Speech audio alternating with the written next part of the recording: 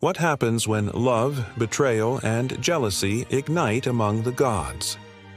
This is the tragic story of Osiris, Isis, and Set, a tale that shaped the destiny of ancient Egypt.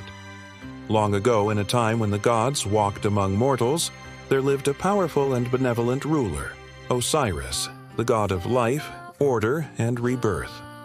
His reign was a golden age. He brought civilization to the Egyptians, taught them agriculture and all the arts, and established the first great city, which he named Abydos.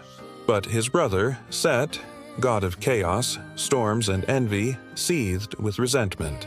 Though born of the same parents, the two brothers had different natures. Osiris embodied everything Set hated: justice, equality, and peace. One day, Osiris traveled to Byblos to visit his people. Set, hearing of his brother's absence, concocted a wicked plan. He had a beautiful golden coffin made, one fit for a king. Then, disguised as a herald, he went to where Osiris stood with courtiers and announced, "Whoever can fit inside this magnificent chest will be given half of my kingdom."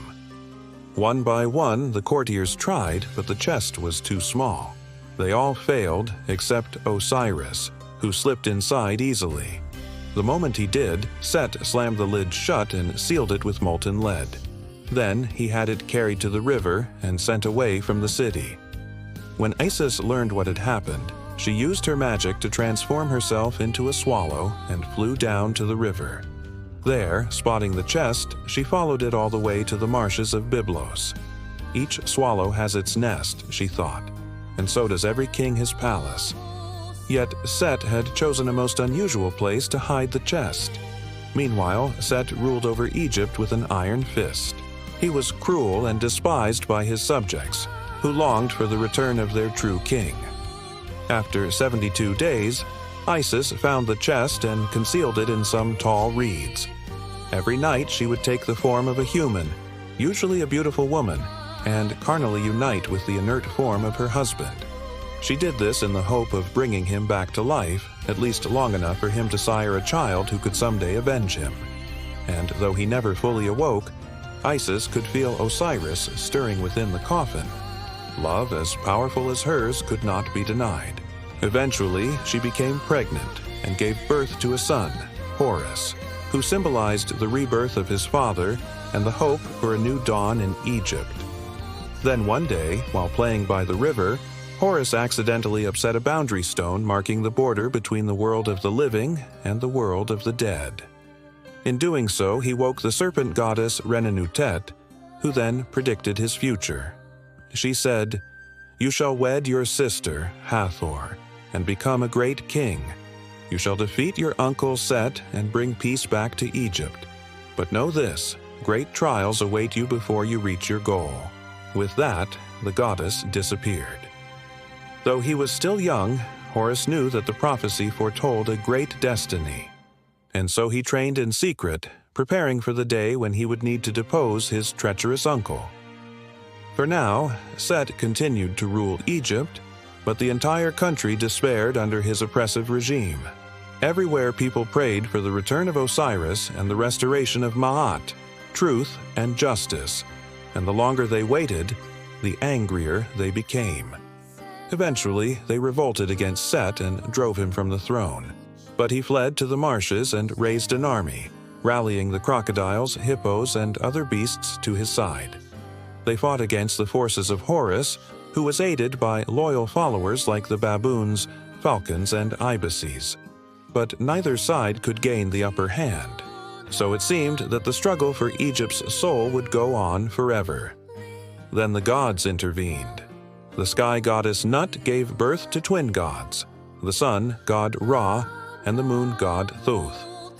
Ra was placed in the sky to drive the sun chariot across the heavens each day, while Thoth, who personified wisdom and magic, became the scribe of the gods, keeping records of the deeds of men and deciding their fates.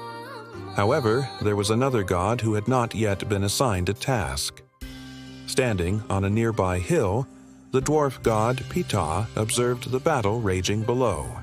When he saw the carnage and destruction, he grew sad, so he took some of the red ochre from his loincloth and marked a circle in the ground. Then he drew a line through it from east to west and declared, "So long as this line endures, there will be no end to strife in Egypt." Then Ptah disappeared, leaving his words to hang heavy in the air. Hearing this, Ra commanded Thoth to guard the sacred line, ensuring that the god of the underworld would never cross it. Thus, the battle came to an end. And though the humans rejoiced, the animals remained forever loyal to their chosen sides. Soon afterward, Osiris appeared before his son and told him, "Your destiny is to rule Egypt and restore Maat, but you are not yet ready. Go to the oracle of the Hidden Ones and learn what trials you must endure." Horus journeyed far and wide until he heard the faint sound of drums. Following the music, he came to a vast cave hidden behind a waterfall. Inside, he met the Oracle of the Hidden Ones, also known as the Great Mother. She was surrounded by her attendants, all of whom were blind and mute, and as they danced, the earth shook and the walls trembled. Then the oracle spoke. "You seek answers, mortal? Then let us dance and I will show you visions of the future." The earth shook violently. Deafening sounds echoed through the cavern and Horus stumbled, nearly losing his footing. The oracle continued dancing, and Horus watched intently, trying to interpret the signs. Then the earth split open and the water rushed toward him, threatening to drown him. Finally, the shaking stopped and the walls fell silent. The oracle panted as she slowly regained her breath. Turning to Horus, she said, "You have witnessed the trials you must overcome to claim your birthright. First, you must travel to the land of the living dead. There you will find your father, Osiris, who will bestow upon you the powers you need to defeat Set. But beware, for even one step outside the sacred line and your mortal body will perish, leaving your immortal soul trapped in the underworld forever." Horus thanked the oracle and quickly left the cave, eager to claim the powers promised to him. But Set, who had been observing Horus from afar, lured him into a trap. As soon as Horus stepped foot into the land of the dead, Set chopped off his genitals and threw them into the river. The exact spot where this occurred is unknown, but it is said that the annual flooding of the Nile was caused by Osiris' blood staining the waters red.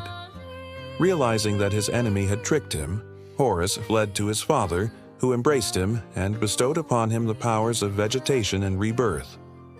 Then Osiris led Horus to the riverbank and directed him to retrieve his severed genitals. But Set had cast a spell on the river, and as soon as Horus touched the water, it boiled around him. Unable to retrieve his missing body parts, Horus returned to his father, defeated. And Osiris, seeing his son's despair, resurrected him once again so that he could continue his quest. This time, Set was prepared, and he struck Horus in the eye with a bow and arrow. Even Osiris could not revive Horus after such a grievous wound. So Isis took her son's body to the banks of the river and let her tears fall upon him. Suddenly, a miracle occurred. A lotus flower sprouted from where her tears hit the ground, and that flower bore a fruit which restored Horus's sight. Enraged, Horus picked up a spear and chased Set across the sky, striking him with such force that he fell to earth and transformed into a bull. Then Horus mounted the sunbark and pulled Set across the heavens as punishment for his crimes. After his humiliating defeat, Set fled to the marshes and lived out the remainder of his days in hiding. And when he died, Osiris became ruler of the underworld, bringing balance between life and death. So it was that Horus ascended to the throne of Egypt and ushered in a new age of prosperity and peace. He married his sister, Hathor, and sired children who would become ancestors to the pharaohs. As for Isis, she was deified for her boundless love and devotion to her husband and was worshipped throughout Egypt, along with her son, Horus, and her father, Ra. The tale of Osiris and Set is not just a myth, it is a story of love, betrayal, and justice. The gods may have been immortal, but they were not immune to the pangs of love, the sting of betrayal, or the thirst for revenge. And as we reflect on their story today, we must remember that these tales have shaped not only myths, but human history itself. But our journey through mythology and folklore is far from over.